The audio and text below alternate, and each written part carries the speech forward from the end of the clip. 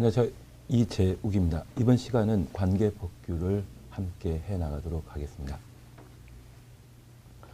주택관리사 자격증을 가지고 아파트단지의 소장이 되게 되면 공동주택의 공용부분 관리 업무를 담당하게 됩니다.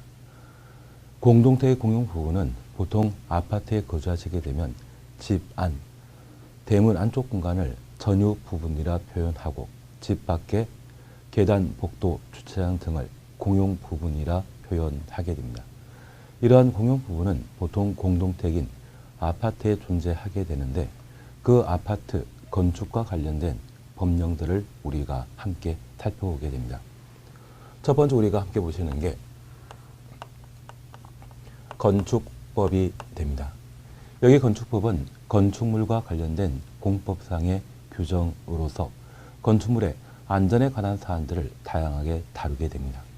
그리고 우리 시험에서는 보통 8문항을 출제하고 있습니다.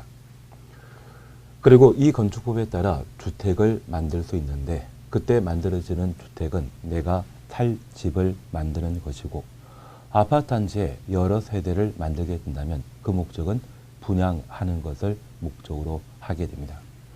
그 분양 목적의 주택을 건설하는 절차 등에 관한 사안들을 주택법령에서 다루게 됩니다. 여기 주택법령은 시험 출제 빈도가 시험 출제 경향에 따라 계속 달라지고 있습니다. 20회 같은 경우는 관계법규가 쉽고 실무가 까다롭게 출제되었는데 그때 주택법에 관한 내용을 7문제를 출제한 적이 있습니다. 다만 평상시에 관계법규가 어렵게 나오게 된다면 이 주택법에 관한 사항을 10문제에서 12문제 정도 출제하고 있습니다. 그래서 보통 출제 경향으로서 한 10문제 정도가 출제되는 것으로 이해해 주시고 여기 주택법에 대해서는 2차 범위에 해당되는 관리 실무에서도 보통 2문제 이상을 출제하고 있습니다. 그리고 우리 주변에 임대주택으로 구성되어 있는 곳을 보신 적 있을 겁니다. 임대 아파트를 말하는데 그러한 임대 아파트를 만드는 법으로서 공공주택특별법과 줄여서 공공주택법이라 하겠습니다. 민간 임대주택에 관한 특별법에서 임대주택 건설, 공급, 관리에 관한 사안들을 각각 다루고 있습니다. 여기 공공주택특별법과 민간 임대주택에 관한 특별법은 각각 문제 2개 출제하고 있는데 문제 하나는 객관식으로 하나는 주관식으로 출제하고 있습니다. 그리고 주변에 기존 건축물을 철거하고 새로 아파트를 만들게 되는 재개발 사업이나 재건축 사업이 있는데 그런 2가지 방법으로 새로운 아파트를 만들고 있습니다. 최근 서울, 강남 같은 곳에는 다양한 아파트 단지의 재건축 사업을 시행하여 그 분양 가격이 지나치게 높게 책정되고 있습니다. 그런 정비 사업을 다루고 있는 법을 도정법이라 표현하며 우리 시험에 2문항 출제하고 있습니다. 여기 도정법은 공인중개사 공법에도 시험 범위에 포함되게 되는데 열심히 공부해도 워낙 지역적인 문제들이 출제되게 된다면 그 문제를 해결하기가 좀 버겁습니다. 그래서 중개사 시험에서는 6문제가 출제되는 내용이지만 우리 시험에서는 2문제 정도가 출제되기 때문에 시험에 출제될 수 있는 가능성이 있는 것들만 1-2개 뽑아 공부하시는 게 합리적입니다. 그래서 전체 내용을 정리하는 것은 좀 부담스럽지 않나 싶습니다. 그리고 서울이나 수도권 일대에는 뉴타운 사업을 시행하고 있는데 그 뉴타운 사업에 대한 절차를 다루고 있는 것이 도시 재정비 촉진을 위한 특별법이 되고 있습니다. 우리 시험에 문제 하나 출제되게 되는데 보통 주관식으로 시험을 출제하고 있습니다. 그러면 이러한 6가지 법률이 공용 부분이 등장하게 되는 공동택을 건설하기 위한 관련 법령이 되고 이러한 공동택에는 다양한 시설, 설비가 갖춰져 있습니다. 화재에 대응하기 위한 소방 설비를 개별 건축물에 설치하고 있는데 그 소방 설비와 관련된 사항으로 소방기본법과 화재 예방 소방시설에 대한 유지에 관한 법을 우리가 함께 공부하게 됩니다. 각각 두 문제 출제되고 있습니다. 여기 소방기본법에 관한 내용은 시험에 나올 게 좀 뻔한데 화재 예방 소방시설법에 있어서는 그 시험 출제 가능성 부분이 워낙 다양합니다. 그래서 우리 소방과 관련된 다양한 자격 제도를 들어보신 적이 있는데 소방시설 관리사 자격을 취득하게 된다면 한 달에 한 700에서 800 정도 월급 받는다고 하시더라고요. 그리고 그때 이 소방시설법에 관한 내용들을 시험의 대부분의 내용으로 삼고 있는데 그 난이도가 꽤 어려운 편입니다. 그래서 그쪽 소방 자격에 있어서는 이 법 하나만 가지고도 우리 교재보다 좀 더 두꺼운 책을 만들 수 있다고 합니다. 그래서 얘는 출제에 거리가 워낙 많기 때문에 필요한 사안들 위주로 좀 압축해 정리해 나가시는 게 합리적인 학습 방법이 되실 겁니다. 그리고 고층 건물에는 엘리베이터가 설치되게 되는데 그 엘리베이터가 정상적으로 작동될 수 있도록 유지 관리하는 법을 우리가 함께 공부하시게 됩니다. 승강법을 함께 살펴보게 될 겁니다. 객관식 하나와 주관식 하나가 출제되는 것이 특징입니다. 그리고 이러한 기계 장비가 제대로 작동되기 위해서는 전기를 필요로 하는데 저 전기와 관련된 사항으로 전기사업법을 함께 공부하게 됩니다. 그리고 이런 건축물과 그리고 설비를 관리하기 위한 사안으로서 공동주택관리법을 함께 공부합니다. 평상시에 우리 시험에 출제되게 된다면 얘는 두 문제에서 한 4문제 정도가 출제되고 있습니다. 다만 20회 시험에 있어서는 관계법규에서는 7문제 그리고 관리실무에서는 12문제가 출제되었는데 이 공동택관리법 하나에서 19문제가 출제될 정도라고 하면 2차 실무법규에 있어서는 아주 중요한 비중을 차지하고 있습니다. 그래서 많은 시간을 들여 한번 공부해 놓으실 게 공동주택관리법이 되게 됩니다. 그리고 우리 주변에 교량이나 터널 등의 다양한 시설물이 있는데 그 시설물 안전을 제고하기 위한 시설물 안전법에 관한 사안들을 우리가 함께 공부합니다. 보통 시험에 내게 되면 두 문제 출제하여 객관식 하나와 주관식 하나를 출제하는 것이 일반적인 형태가 되게 됩니다. 그리고 마지막으로 공부하시는 게 집합 건물의 소유 및 관리에 관한 법을 함께 공부해 나갑니다. 시험에는 문제 하나가 출제되고 있습니다. 사실 관계법규와 관련되어 함께 공부하실 법령량이 꽤 많은 편입니다. 다만 이러한 것들이 어떤 특정한 분야에 문제가 많이 출제된다고 하면 꼼꼼하게 관련된 내용들을 쭉 살펴봐야 되지만 양은 많은데 불구하고 출제되는 문제가 얼마 안 된다라고 하면 우리가 노력해서 공부할 사항은 많은데 얻을 성과가 적다는 이야기입니다. 그래서 그러한 부분에 대해서는 최소한 꼭 시험에 나올 수 있는 필요 사안들만 정리하고 말아버리시는 게 좋습니다. 그래서 나중에 도정법에 관한 사항과 소방시설법 그리고 전기사업법 이 부분에 대해서는 학습할 양은 참 많지만 좀 강의 시간에 따른 내용으로 좀 줄여서 해 나갈 수 있을 겁니다. 그리고 안 한다고 하면 그냥 안 하시는 게 좀 더 좋지 않을까 싶습니다. 그리고 우리 시험에는 건축법에 관한 사항과 주택법에 관한 사항 그리고 공동택관리법 이 세 가지 법령만 따지게 된다고 하면 여기에서 절반 이상이 출제되고 있습니다. 그래서 많은 노력을 함께 경주하실 것이 있다면 저 세 가지 법률이 되고 관리 실무에서는 민간 임대토에 관한 특별법에 관한 사안들을 보통 세문항 정도 출제하고 있습니다. 그래서 실무까지 고려하게 된다면 한 4개 법령을 집중적으로 공부하시는 게 2차에서 어느 정도 안정적인 점수를 확보할 수 있는 방법입니다.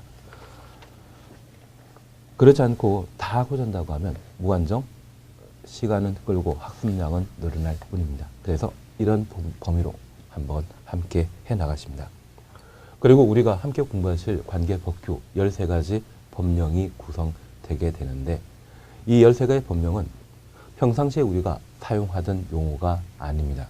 그래서 처음 공부하시게 되면 아주 생소한 내용들이 많고 내가 이해하지 못하는 내용들이 참 많습니다. 그래서 시험에 합격하기 위한 공부 방법으로서 이 2차 법규와 관련되어서는 내가 이해될 때까지 반복해 듣는 게 필요합니다. 그리고 충분히 들으셨고 어느 정도 이해가 되셨다고 하면 우리 수업 시간 중에 다루어졌던 지문들이 있습니다. 그 지문들을 내가 읽어 주셔야 되고 그 읽은 게 수업한 내용대로 이해가 될 수 있는지를 확인해 놓습니다. 그리고 이 읽기와 관련되어 제가 수업 시간 중에 어떤 특정 단어에 대해 줄쳐라, 동그라미 하라, 가로하라 이런 이야기를 하게 될 텐데 얘들은 우리 시험은 오지 선자 형태로 시험 출제하는 것과 주관식에 출제되는 경우가 있습니다.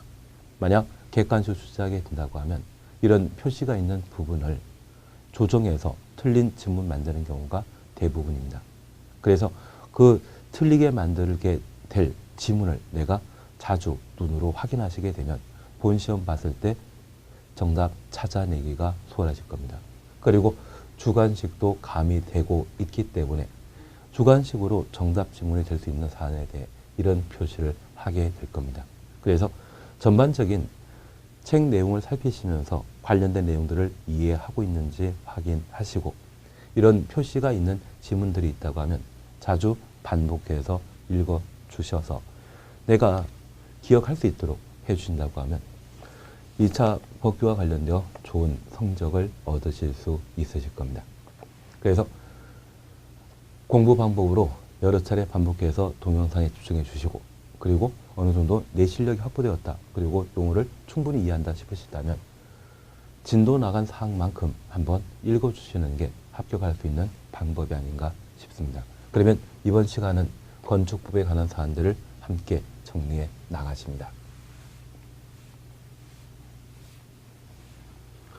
우선 건축법은 3가지 큰 파트로 구성되어 있습니다. 건축법의 적용 대상, 적용 범위에 관한 사항, 그리고 우리 주변에 주택의 상가를 어떤 방법으로 제대로 만들 수 있는지, 그리고 우리 건축법은 가장 중요한 목표로 삼고 있는 것이 건축물의 안전입니다. 그래서 건축물의 안전을 제고하기 위한 다양한 규제에 관한 사항으로 구성되어 있습니다. 보통 적용 범위에서는 2문항에서 3문항 정도 시험에 출제하고 건축 절차 부분에서 2문제, 건축 제한 부분에서 3문제에서 4문제 정도를 시험에 출제하고 있습니다. 여기 적용 범위와 관련되어 함께 공부해 나가실 것은 건축법의 적용 대상인 건축물에 관한 사항과 건축물과 관련된 행위로서 건축 대수선, 용도 변경에 관한 사항들을 함께 살펴나가십니다. 우선 16페이지입니다. 법의 제정 목적에 대해서는 그냥 지나가시고 2. 적용 범위와 관련되어 1. 대지에 있습니다. 여기 대지와 관련되어 공간 정복 구축에 관한 법률에 따라 각 필지로 나눈 토지를 말한다. 여기 대지는 건물 건축할 수 있는 땅을 말하는데 공간 정복 법령에 따라 각 필지로 나눈 토지를 대지라 표현하고 있습니다. 여기 필지는 개개인이 소유하고 있는 토지에 대한 소유권 단위를 필지라 표현하고 한 개 필지를 건물 한 동 건축할 수 있는 대지로 파악하고 있다는 의미입니다. 흔히 우리 우리가 일상적으로 대지와 구분되는 표현으로 맹지란 말을 사용하게 되는데, 맹지는 도로로부터 멀리 떨어져 있는 땅을 말하고 대지는 도로에 접한 땅으로 구분하고 있습니다. 다만 이 법에서는 공간정복법에 따라 각 필주로 나눈 토지를 대지로 한다, 그렇게 정의하고 있다는 것을 확인하시면서 일상적인 대지에 대한 표현과 법률상의 대지 표현이 조금 차이 난다는 점을 확인해 놓습니다. 만약 건축법상의 대지 설명에 도로에 붙어 있을 때 대지다, 그런 취지로 설명한다면 법령상의 표현과 다르기 때문에 틀린 지문이 되게 될 겁니다. 다만 크게 중요한 지문은 아니기 때문에 그냥 지나가십니다. 2번입니다. 건축물 찾으셨죠? 여기 건축물과 관련되어서는 건축물의 개념에 관한 사항을 함께 살펴놓습니다. 건축물이란 토지에 정착한 공작물 중에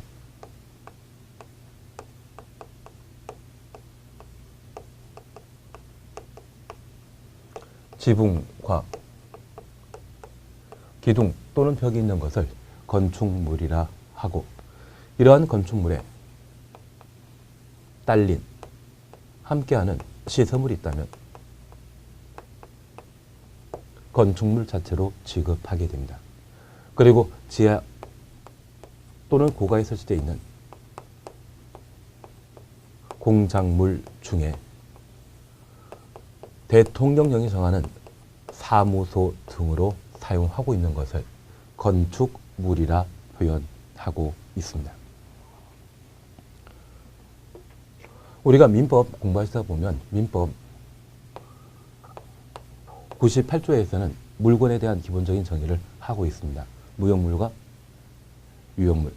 특히 무형물에 있어서는 전기 등의 관리 가능한 것을 물건으로 취급하며, 민법 99조에서는 동산과 부동산에 관한 개념을 정의하고 있는데, 토지와 그 정착물을 부동산이라 하고 부동산을 제외한 물건을 동산으로 정의하고 있습니다.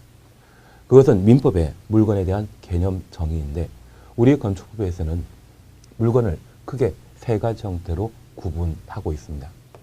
방금 우리가 보셨던 내용들 중에 시설물, 공작물, 그리고 건축물 세 가지가 되게 됩니다.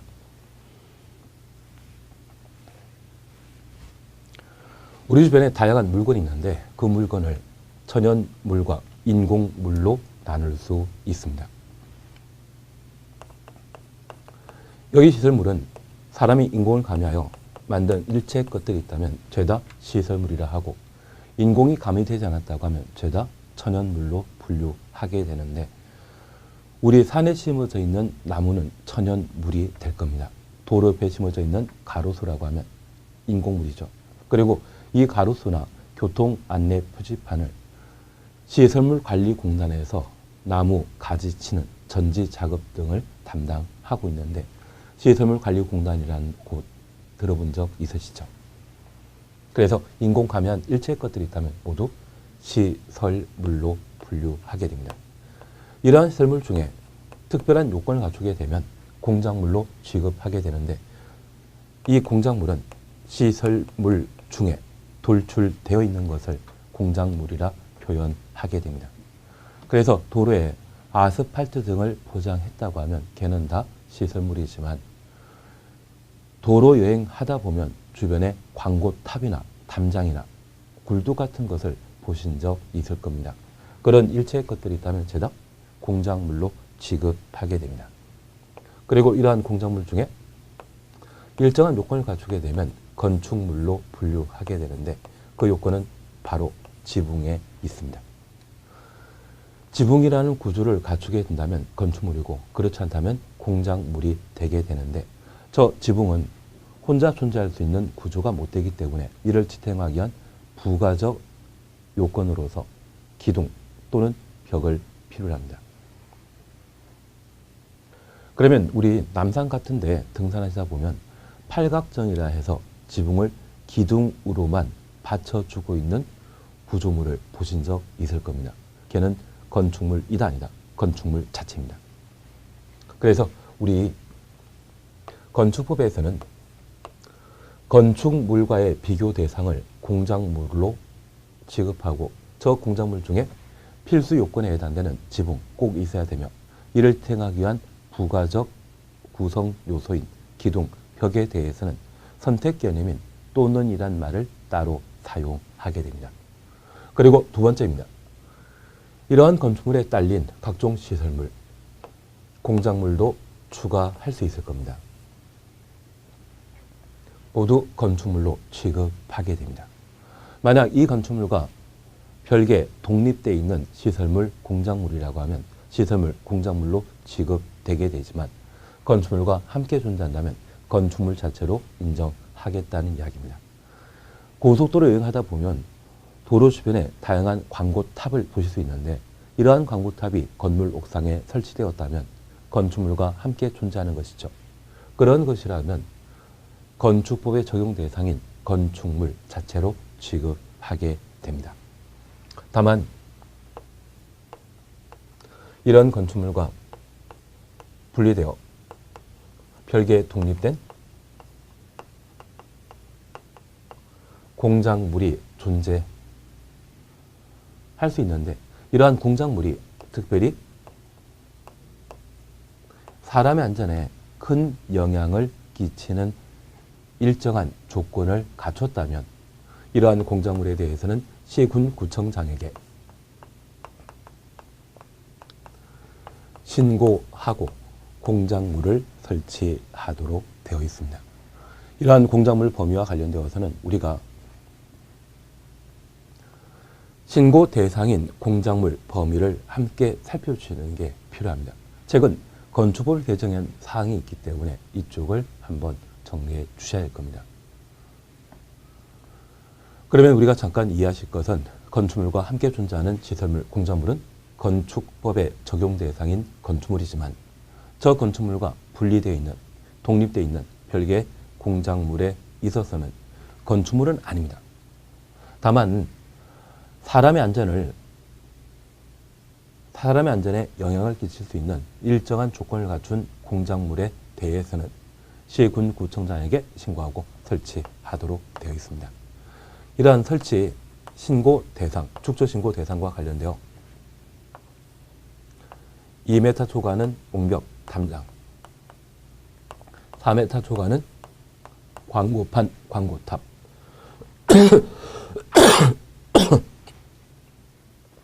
그리고 8m 초과는 고가수조, 그리고 5m 초과는 태양광 발전 설비, 이러한 사안에 대해서는 꼭 한번 살펴주셔야 됩니다. 그리고 세 번째입니다. 저 건축물이 지하에 설치되거나 고가에 설치되어 있는 공작물에 갖추어져 있는 사무소 등에 대해서는 건축물 자체로 취급하게 됩니다. 우리 고가 도로 들어본 적 있으시죠? 땅에 기둥이라는 구조를 갖춰 놓고 그 위에 도로시설 만들어 놓은 게 있다면 이것을 고가도로라 표현하는데 최근 서울에서는 서울역 앞에 고가도로를 용도 변경하여 공원으로 바꿔놨습니다. 그리고 그 공원 한켠에 차 한잔 마실 수 있는 카페를 만들어 놨더라고요. 그러면 이 고가 위에 일정한 공간을 확보하고 카페 등의 다양한 건물을 축소하게 된다면 걔는 대지에 만들어져 있는 건 아니죠. 대지는 건물 건축할 수 있는 땅을 말했습니다. 이러한 것들은 좀 다양한, 좀 다른 형태의 건축물에 해당되게 될 겁니다. 그래서 특별히 대지와 관계없이 지하 또는 고가에 설치되어 있는 공작물을 사무소 등으로 사용하게 된다면 이도 건축법 적용 대상인 공작물로 취급하게 되는데 여기 고가에 설치한 공작물, 최근 서울역 앞에 고가 도로를 용도 변경해서 서울 시민을 위한 공원으로 꾸며놨다는 사실을 인지하신다면 얘는 시사성 있는 문제로 한번 살펴줘야 될 겁니다. 그래서 우리 건축법의 적용 대상인 건축물과 관련된 개념 함께 보셨는데 바로 16페이지에 이 건축물 정의 함께 보십니다. 건축물이란 토지에 정착한 공작물 중에 지붕과 지붕 동그라미 놓습니다. 기둥 또는 벽이 있는 것과 이에 딸린 시설물, 지하나 고가의 공작물을 설치하는 사무소, 공장 등의 대통령령이 정하는 것을 말한다. 그러면 이 건축물과 비교 대상이 될 수 있는 것은 공작물이고 공작물과의 주된 구분 요건은 지붕 자체라는 것을 확인해 놓습니다. 기둥, 벽은 지붕을 지탱하기 위한 부가적 요건이기 때문에 필수 개념인 and 개념으로 연결하는 것이 아니라 선택 개념인 또는이란 말을 사용하는 점을 확인해 놓습니다. 그리고 이러한 건축물에 딸린 시설물, 여기 딸린이란 말은 함께 한다는 것을 의미한다는 점 이해해 주시고 시설물 외, 시설물과 좀 더 한 단계 발전되어 있는 공작물도 저 건축물과 함께 존재한다고 하면 건축허가 대상인 건축허가 받아 건축하는 건축물 자체가 되게 될 겁니다. 지하나 고가의 공작물을 설치하는 사무소 등도 건축물로 취급하고 있다는 점 하나 확인해 놓습니다. 그리고 26페이지까지 잠깐 넘어가십니다. 26페이지의 양가로 사업은 공작물이라는 것을 우리가 함께 볼 수 있습니다. 대지를 조성하기 위해 옹벽 등으로서 대통령령으로 정하는 공작물을 축조하려는 자는 대통령이 정하는 바에 따라 특별자치시장, 특별자치도지사, 특시는 세종시장을 말합니다. 특도는 제주도지사를 말합니다. 또는 시장 군수구청장에게 신고하여야 한다. 그래서 일정한 대통령령이 정하는 공작물 축조하려는 자는 미리 시군구청장에게 신고하도록 되어 있는데 대통령령이 정하는 공작물 바로 박스에 1번부터 11번까지입니다. 1번 높이 2m 넘는 옹벽 담장. 여기 넘는이란 말은 초과한다는 것을 의미하죠. 그래서 그 숫자를 제외한 높은 숫자를 말할 때 넘는 초과란 말을 사용하게 됩니다. 높이 2m 넘는 옹벽 담장. 그러면 우리 이렇게 잠깐 이해해 놓습니다. 건물 보호할 목적으로 담을 세우게 된다고 하면 이 담은 건축물에 딸린 시설물 공작물에 해당되어 이 건물 건축할 때 함께 만들면 됩니다. 그런데 나대지를 보호할 목적으로 담을 만들게 된다면 얘는 공작물에 해당되게 되는데 만약 이 담이 한 2.5m, 3m 정도 된다고 하면 보통 사람 키는 한 2m 이내이죠. 만약 이런 담이 지진이나 여러 가지 외부 요인으로 무너지게 된다면 지나가던 사람에게 피해 끼칠 수 있죠. 그래서 일정한 공작물 중에 사람의 안전에 큰 영향을 끼칠 수 있는 것이 있다고 하면 그 안전을 제고할 목적으로 시, 군, 구청장에게 신고하고 설치하게 하도록 정해 놓고 있습니다. 그런 시, 군, 구청장의 축조 신고 대상이 될 수 있는 공작물을 함께 살펴보시는데 첫 번째 2m 넘는 옹벽 담장이었습니다. 2번입니다. 3m 넘는 광고탑, 광고판. 그리고 3, 4, 5 3개 묶어놓습니다. 6m 넘는 굴뚝 등은 참 다양한 형태가 있기 때문에 얘는 버리고 지나십니다. 그래서 우리가 평상시에 못 보셨던 축조 신고 사항이 있다고 하면 모두 6m 초과는 신고 대상의 공작물로 구분해 놓습니다. 못 봤던 것은 다 6m 초과일 때 신고 대상이라는 것만 구분해 놓습니다. 그리고 6번입니다. 높이 8m 넘는 고가수조. 그래서 8m 넘는 8m 추천하시고 고가수조 추천습니다. 그리고 7번입니다. 높이 8m 이하에 8m 이하 동굴해 놓습니다.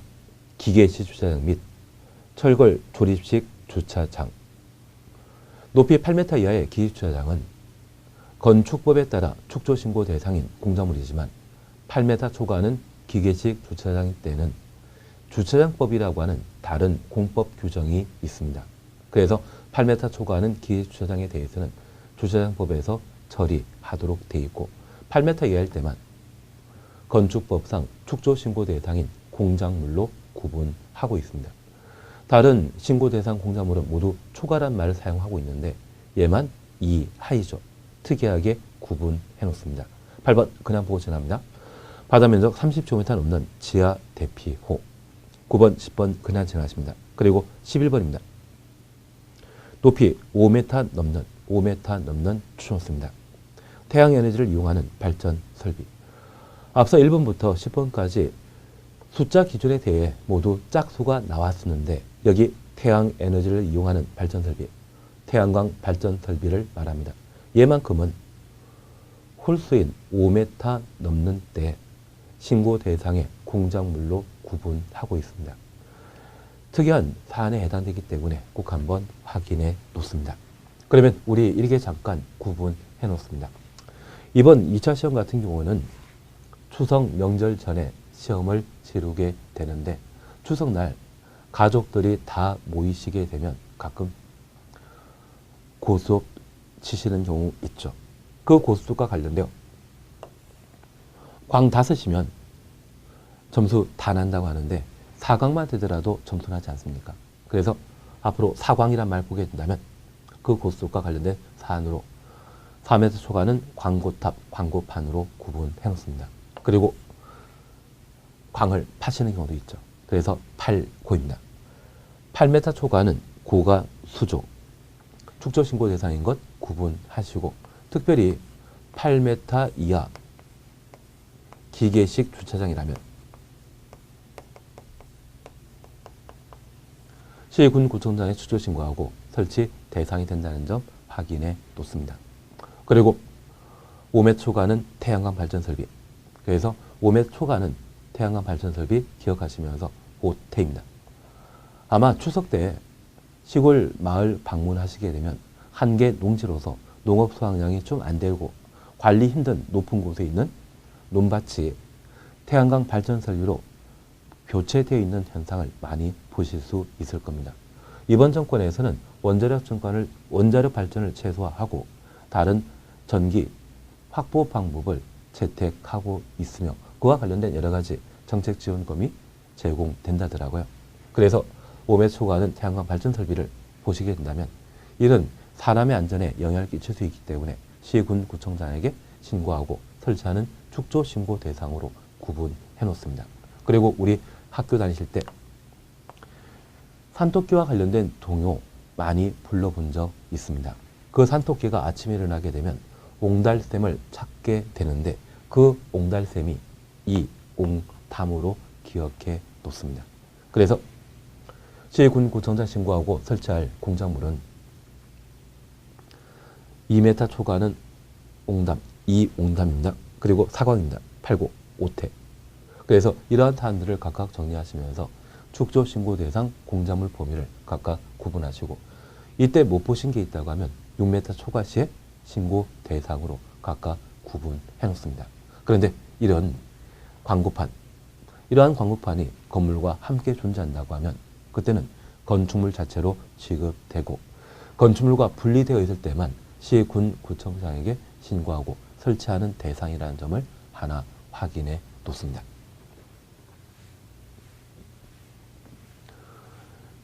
그리고 두 번째 우리가 함께 보실 것이 이 건축물에 대한 개념을 살펴보셨다면 저 건축물과 관련된 법령 적용 관계를 함께 살펴보십니다. 사실 우리가 도로 위에 차량 추돌 사고가 발생하게 되면 도로교통법을 적용해서 교통사고 문제를 해결하도록 되어 있습니다. 다만 법을 모른다고 하면 목소리 큰 사람들이 가장 주도권을 잡으시죠.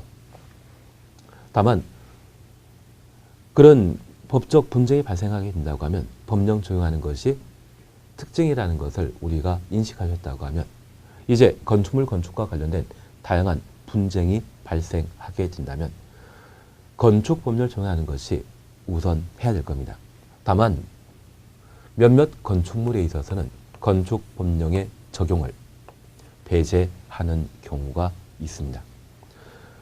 이쪽은 먼저 예시사항을 함께 살펴보십니다. 우리 교재 17페이지를 한번 확인해 놓습니다. 17페이지에 양가로 2번 건축법령의 적용 여부 1번, 2번이 있는데 2번에 대해서는 아주 시험 문제가 어렵게 출제됐을 때 나오는 사안이기 때문에 버립니다. 동그라미 1번만 함께 보십니다. 1번 함께 보시면 지정 또는 가정문화재입니다.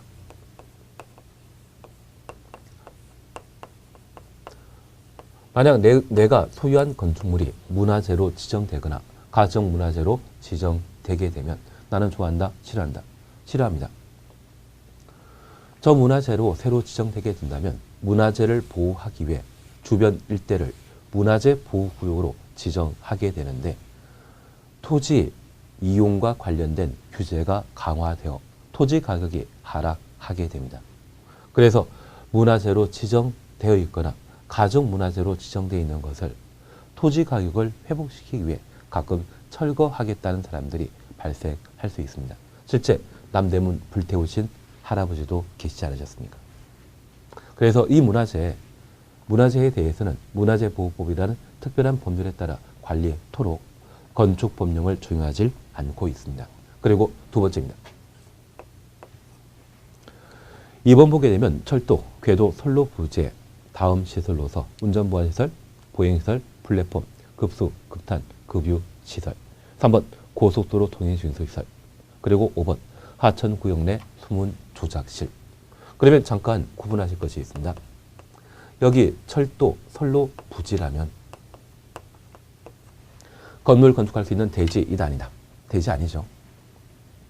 그리고 궤도, 선로 부지는 지하철 부지를 말하게 됩니다. 그리고 두 번째 고속도로. 고속도로는 건물 건축할 수 있는 대지 이단이다. 아닙니다. 그리고 세 번째 하천구역은 서울 한강 같은 경우는 고수 부지가 있는데 그러한 곳이 하천구역에 해당되는 것으로 이해하시고 이러한 세 장소는 기본적으로 건물 건축할 수 있는 대지 아니거든요.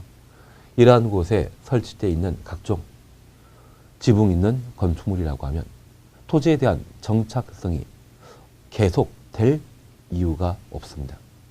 그래서 토지에 대한 정착성이 부족하기 때문에 이러한 부분에 대해서는 건축법령을 적용하지 않게 됩니다. 그래서 철도, 선로 부지의 준자는 운전보안시설, 보행시설, 플랫폼, 급수, 급탄, 급유시설, 건축법령을 적용하지 않고 고속도로 통행료 징수시설, 건축법령을 적용하지 않으며 하천구역 안에 수문 조작실. 이러한 것들은 정상적인 대지에 만들어져 있는 것이 아니기 때문에 건축법령을 적용하지 않고 있습니다. 다만 우리가 하나 이해해 주실 것이 있습니다. 여기 철도, 선로 부지에 존재하는데 우리 서울역이나 또는 영등포역에 롯데백화점 한번 가보신 적 있습니까? 영등포라고 하는 곳에는 선로 부지에 고가를 설치하고 그 철도 선로 부지 위에 역사 건물과 그리고 영등포 롯데백화점이라는 것을 만들어 놨는데 이러한 철도 역사나 영등포 롯데백화점은 철도 부지에 직접 만들어져 있는 것이 아니라 일정한 고가 구조를 설치하고 만들어 놓은 것이죠. 그리고 저 고가에 설치한 공작물을 사무소 등으로 사용 중인데 이러한 부분에 대해서는 건축법 적용 대상에서 제외시킵니다. 건축법 배제 대상에서 제외합니다. 그래서 이 철도 선로 부지에 고가 등을 활용해서 서울역이나 영등포역, 부산역 등을 만들어 놨다고 하면 얘는 고가에 설치되어 있는 철도 시설로서 얘만큼은 건축법 적용 대상입니다. 그러면 하나 이해하실 것은 여기 철도 선로 부지에 직접 설치되어 있는 운전보안시설 등은 기차의 안전 운행을 도모하기 위한 시설이지만 저 철도 선로 부지에 고가 등을 설치하여 갖춘 서울역 등의 철도시설은 기차표를 판매하고 기차시간 될 때까지 기다리는 대합실 기능을 하는 것으로서 기차의 안전 운행과 직접 관계없습니다. 그래서 이러한 철도 선로부지에 준자는 철도시설에 대해서만큼은 건축법 적용 대상이라는 것 하나 확인해 놓습니다. 고속도로 통행료 징수시설, 고속도로 한가운데 만들어져 있는 임시적인 시설이죠. 하천구역의 수문 조작실, 하천구역은 개인 소유 아닙니다. 그래서 나라 땅이기 때문에 그곳에 만들어져 있는 수문 조작실에 대해서는 건축법을 따로 적용할 필요 없는 겁니다. 그리고 마지막으로 컨테이너 박스를 이용한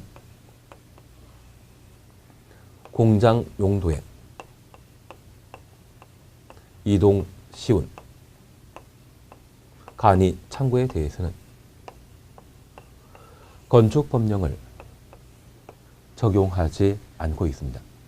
그러면 이 컨테이너 박스는 이것 외에 주거용으로, 상업용으로, 그리고 공사 현장에서는 현장 사무실 등으로 사용 중인데 그러한 다른 용도로 사용하는 때에는 건축법 적용한다는 이야기고 공장 용도의 이동 쉬운 간이 창고에 대해서만 건축법령을 적용하지 않고 있습니다.